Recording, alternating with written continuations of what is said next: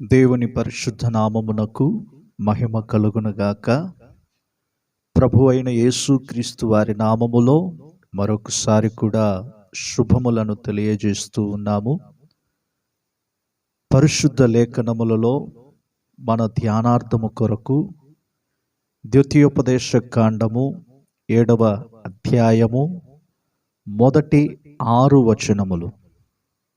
దానిలో మొదటి వచనాన్ని నేను చదువుతాను, మీరు ఆలకించండి.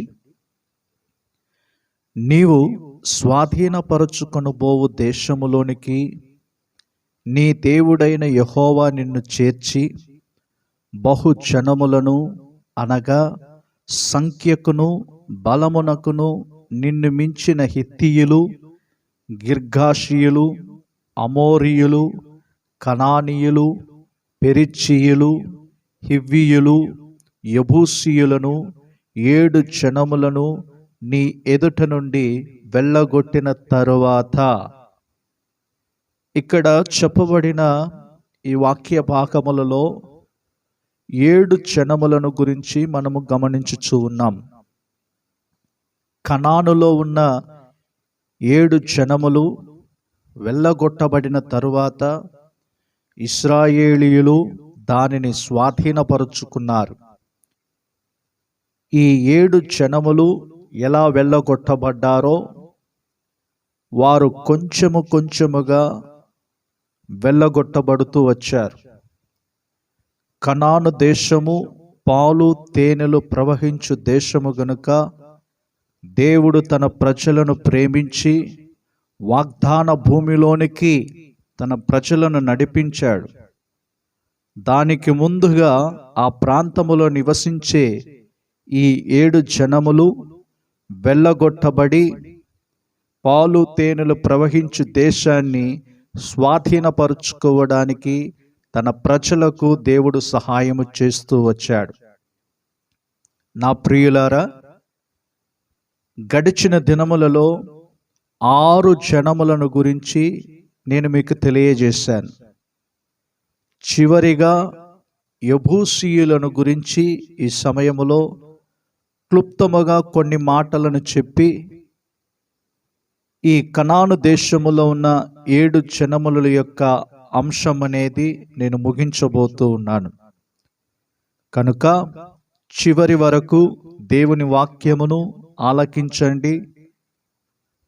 కాలము సమీపమై దేవుని రాకడ చాలా సమీపముగా ఉన్నది కాబట్టి దేవుని రాకడ కొరకు ఎదురు చూస్తున్నటువంటి మనలో ప్రతి ఒక్కరిలో ఒక మార్పు కలగాలని దేవుని వాక్యమును మీకు బోధించుచూ ఉన్నాం.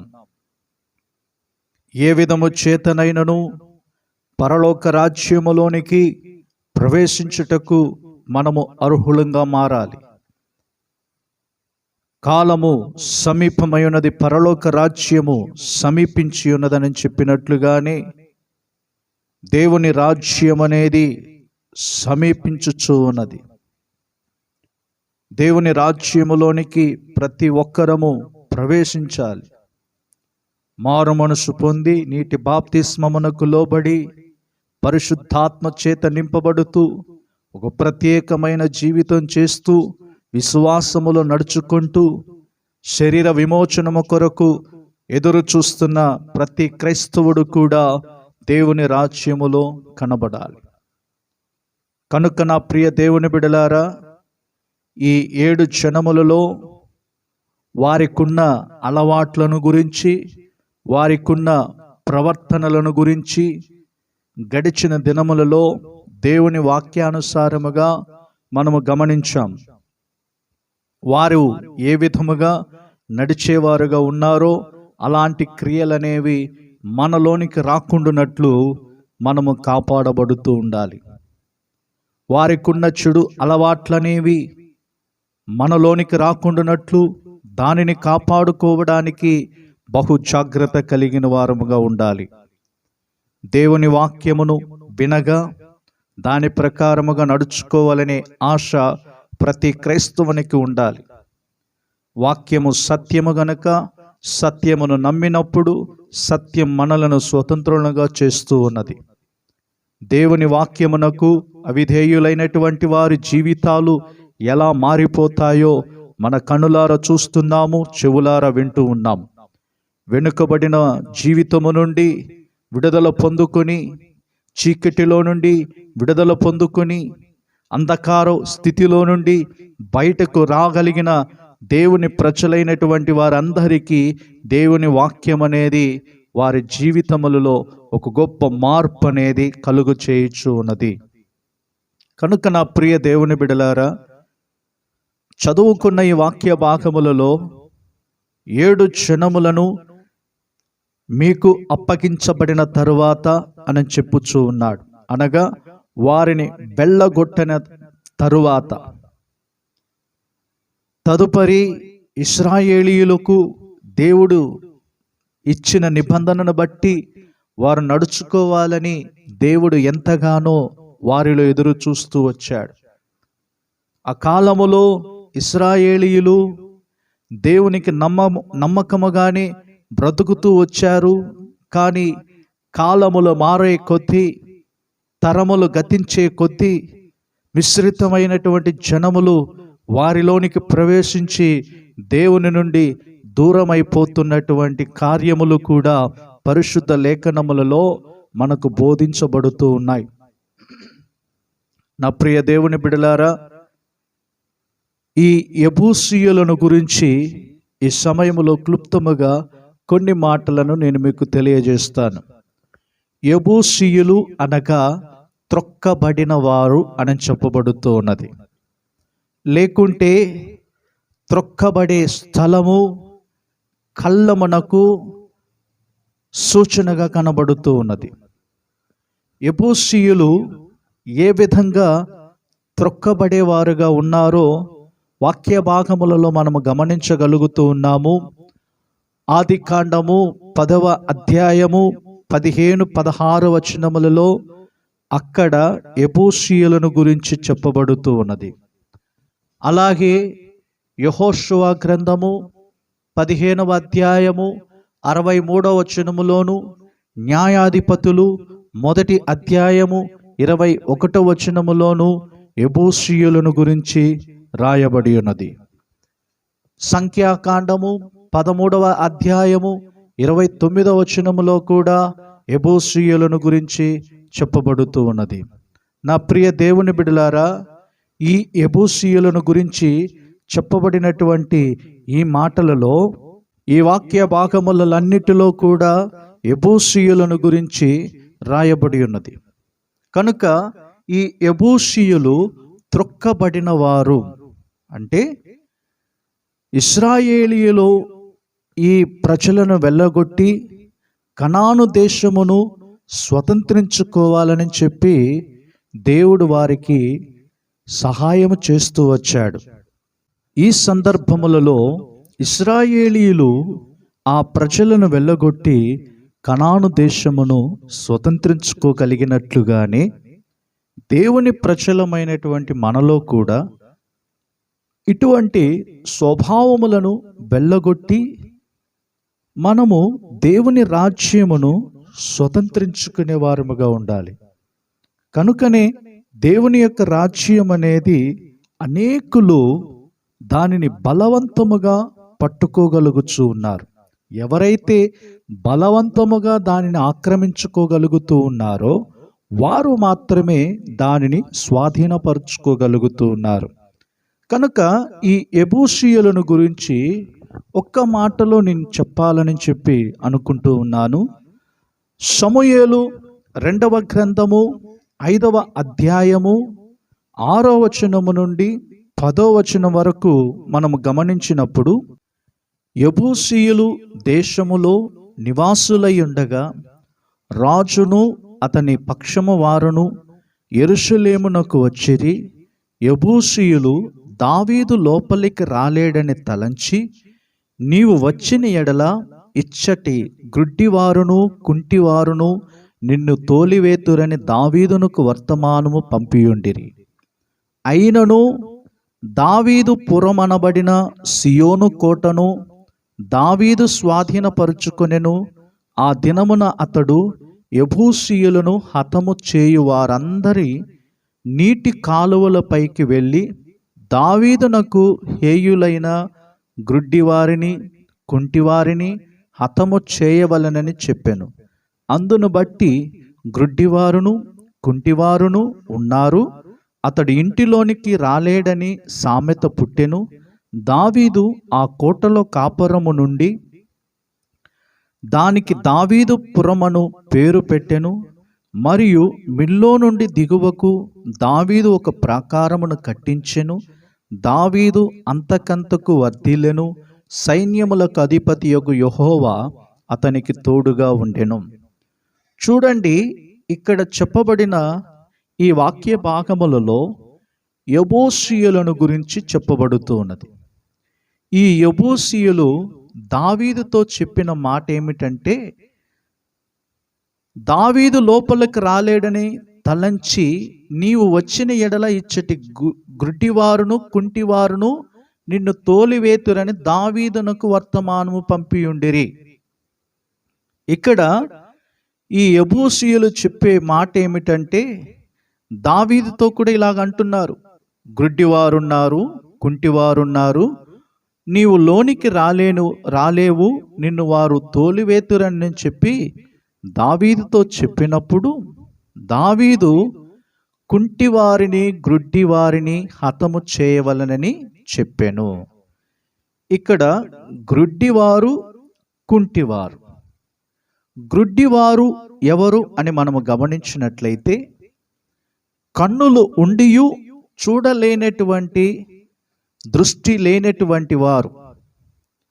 నా ప్రియ దేవుని బిడ్డలారా, నేడు చాలామంది మనోనేత్రములనేవి గ్రుడ్డితనముగా మారిపోయాయి.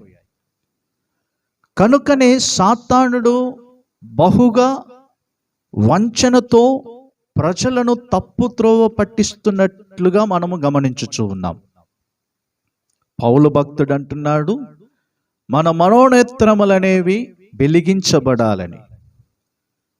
మన మనోనేత్రములతో దేవుని రాజ్యమును మనము చూడగలిగే వారముగా ఉండాలి.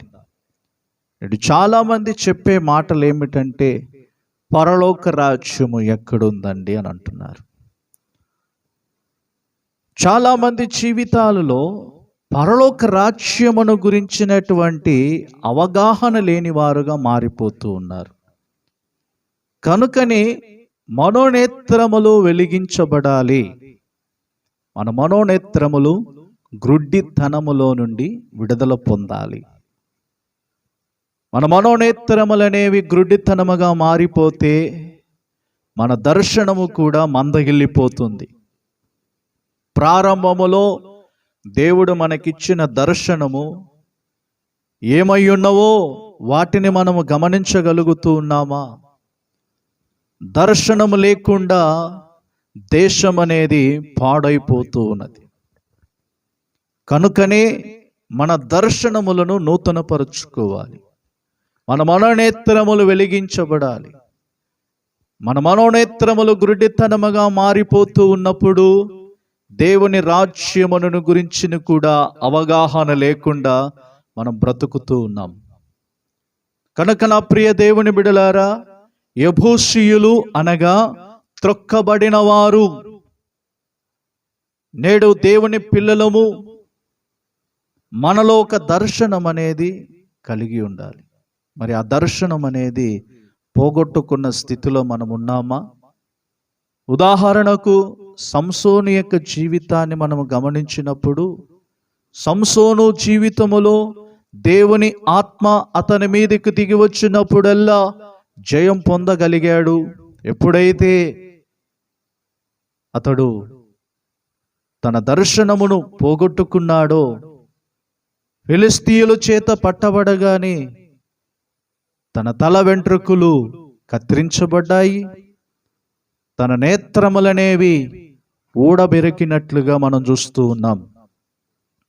నేడు కూడా అనేక మంది జీవితాలలో త్రొక్కబడుచు ఉన్నారు.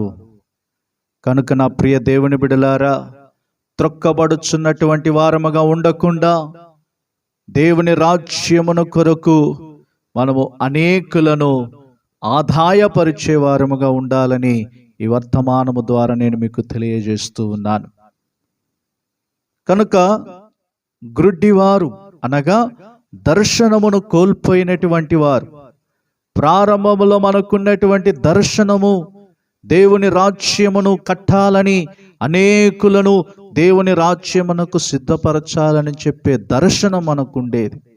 కానీ దినముల గడువగా, కాలముల గడువగా మన దర్శనములన్నీ కూడా మనము కోల్పోయి ఒక దౌర్భాగ్యమైనటువంటి స్థితిలో నేడు క్రైస్తవ ప్రపంచం బ్రతుకుతూ ఉన్నది. కనుక నా ప్రియ దేవుని బిడ్డలారా, దర్శనాన్ని కోల్పోకండి. దేవుడు మీకు ఇచ్చిన దర్శనములనేవి కోల్పోకుండా ఆ దర్శనములను బట్టి మనము ముందుకు కొనసాగుతూనే ఉండాలి. దేవుడు మనకిచ్చిన దర్శనం అనేది ఒక గొప్ప దర్శనం మనకిచ్చి ఉన్నాడు. సిలువ దర్శనం, కల్వారి దర్శనం. ఆ దర్శనం అనేది మనము కోల్పోకుండానట్లు మన జీవితాలను కాపాడుకుంటూ రావాలి. రెండవదిగా ఇక్కడ కుంటివారిని హతము చేయవలనని చెప్పాను. కుంటివారు అనగా ఎవరు? సత్యములో నడవలేనటువంటి ప్రజలు, అబద్ధ ఉపదేశములలో నడుచుచూ ఉన్నారు, అబద్ధ బోధలకు చెవి ఎగ్గుతూ ఉన్నారు, సత్యమును అనుసరించలేని ప్రజలు, సత్యానుసారముగా నడుచుకోలేని వారు. సత్యమును అనుసరించు ప్రజలకు పరలోక ద్వారములనేవి తెరవబడును. యెషయా గ్రంథము 26వ అధ్యాయములో అనుకుంటాను, అక్కడ చెప్పబడుతున్నటువంటి మాటలనేవి మనకు చాలా స్పష్టముగా తెలియజేస్తున్నటువంటి మాటలను మనము గమనించగలుగుతూ ఉన్నాం. నా ప్రియ దేవుని బిడ్డలారా, ఈ రోజుల్లో సత్యమును అనుసరించే వారముగా ఉంటున్నామా? యెషయా గ్రంథం 26వ అధ్యాయము 2వ వచనములో, సత్యమును నాచరించు నీతిగల జనము ప్రవేశించినట్లు ద్వారములను తీయుడి. ఎవరైతే సత్యానుసారముగా నడుచుచూ ఉన్నారో వారి నిమిత్తము పరలోక ద్వారములనేవి తెరవబడుచూ ఉన్నాయి.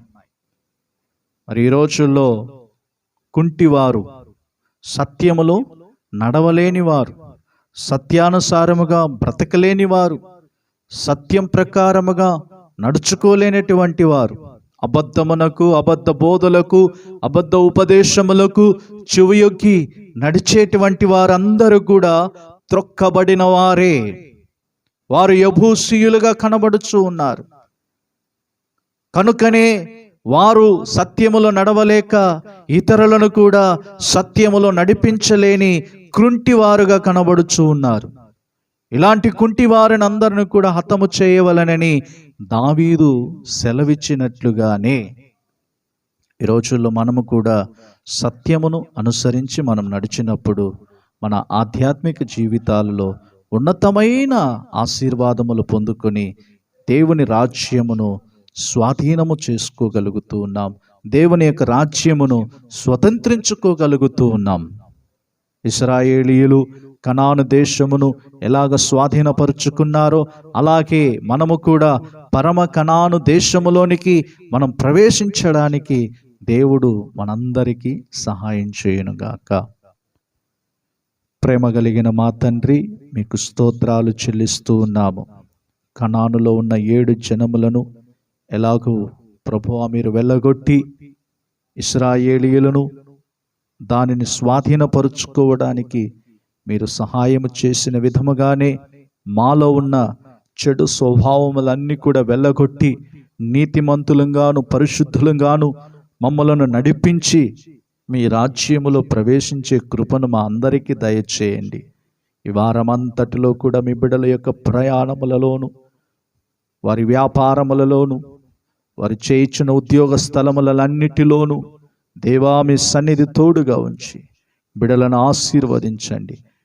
ప్రతి కుటుంబాన్ని ప్రభువా మీరు జ్ఞాపకము చేసుకుని దీవించమని ప్రార్థిస్తూ సమస్త స్తుతి ఘనత మహిమ ప్రభావములు మీకే చెల్లిస్తూ యేసుక్రీస్తు వారి నామములో ప్రార్థించుచున్నాము తండ్రి.